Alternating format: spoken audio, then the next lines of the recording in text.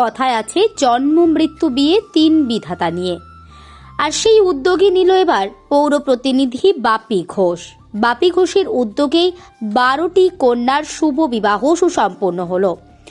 সকল পাত্র এবং পাত্রীকে আশীর্বাদ করলেন এবং উপহার সামগ্রী বহু কিছু দিলেন।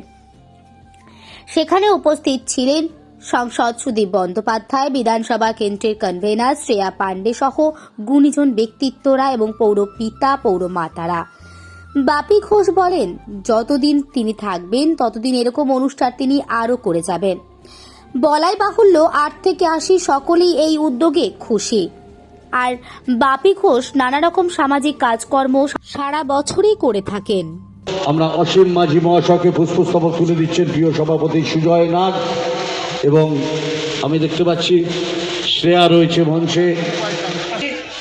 বিয়ের ব্যবস্থা কিছু মানুষের যারা আর্থিকভাবে অক্ষম কিছু মানুষ থাকে, অথবা একটা মেয়ের বিয়ে দেওয়া যে খুব কষ্টের দেওয়া এখন ব্যাপার, যেহেতু অর্থমূল্য অনেক বেশি ঊর্ধ্বমুখী হয়েছে, সেই জন্যেই এই আমাদের অভিভাবক লোকসভার দলীয় নেতা মাননীয় শ্রী সুদীপ বন্দ্যোপাধ্যায় মহাশয়কে এই অবসরে আমাদের রসগোল্লা তুলে দিলাম আমাদের প্রিয় সাংসদ মাননীয় সুদীপ। বাপি ঘোষ আমাদের প্রিয় পৌর প্রতিনিধি এবং পশ্চিমবঙ্গ সরকারের অনগ্রসর শ্রেণীর অন্যতম সদস্য বাপি ঘোষ মহাশয়কে, বিধানসভা কেন্দ্রের কনভেনার শ্রেয়া পাণ্ডেকে।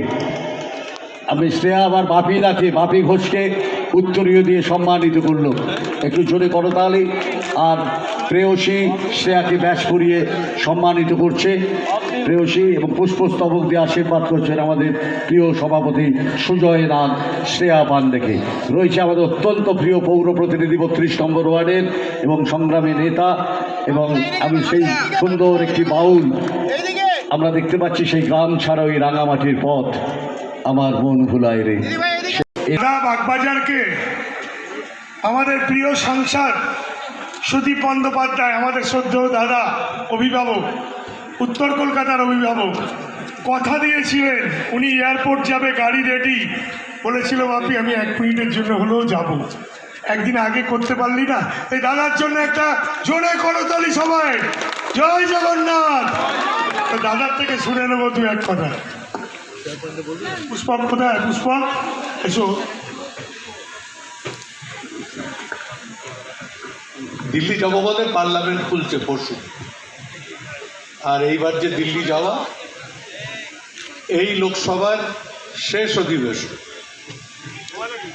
31 তারিখে রাষ্ট্রপতির বক্তৃতা, 1 তারিখে বাজেট, শেষ বাজেট মোদী সরকার, তারপরে 9 দিনের অধিবেশন, 10 তারিখ থেকে পার্লামেন্ট শেষ, মার্চ মাসে নির্বাচনের নোটিফিকেশন, এপ্রিল মাস থেকে দেশের ভোট শুরু, মে মাসের 16 তারিখের মধ্যে ভোটকে সম্পূর্ণ করা, 24শে মের মধ্যে পরবর্তী সরকার ঘোষণা হয়।